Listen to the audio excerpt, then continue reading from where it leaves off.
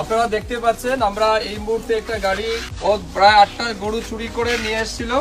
ওর কাছে কোনো কাগজপত্র নাই, তো আমরা গাড়ি আটক করেছি এই মুহূর্তে।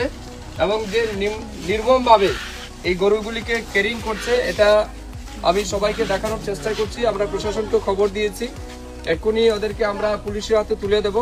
আমি সবার কাছে আবেদন রাখছি, এই মুহূর্তে জানেন বন্যায় প্রত্যেকটা মানুষ প্রচণ্ড বিপদগ্রস্ত হয়ে মানুষ শরণার্থী ক্যাম্পে রয়েছে।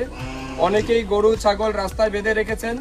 তার সুযোগ নিয়ে এই সমস্ত কিছু চোররা, এই যে চোর, ওরা চুরি করে মানুষের সুবিধা নিয়ে মানুষ গরু চুরি করে তারা পালিয়ে যাচ্ছিল। তো আমরা এই মুহূর্তে হাতে নাতে ধরেছি এবং বিভিন্ন জায়গা থেকে এর আগেও বহুবার মানুষ আমাদেরকে কমপ্লেইন করেছে যে এলাকা থেকে রাত্রির বেলা গরু চুরি হয়ে যায়।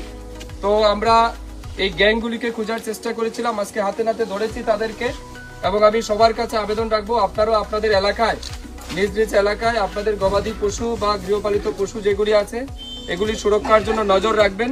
এবং আপনার বাড়ির সামনের দিকে যে গাড়িগুলি যাচ্ছে এগুলিও মাঝে মধ্যে আপনারা তল্লাশি করবেন, কারণ এরাই গরু চুরি করে, তারা বিশেষ করে সোনামুড়ার দিকে তারা এগুলিকে পাচার করে বাইরে, এবং তাদের কাছে কোনো বৈধ কাগজ নাই এবং অবৈধ কাগজ নিয়ে তারা এইভাবে চুরি করে। তো আমরা এই মুহূর্তে হাতে হাতে ধরেছি, আমরা কৃষ্ণনগর এলাকা থেকে তাদেরকে ধরেছি, আমি নিজেই ছিলাম এখানে।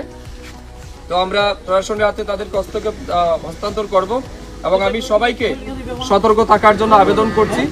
এই সমস্ত যারা এই বিপদের সময়ে যারা মানুষের জীবনের সাথে খেলা করছে, মানুষের সম্পত্তিকে লুট করার চেষ্টা করছে, তাদের থেকে আমাদের সতর্ক থাকতে হবে। ধন্যবাদ।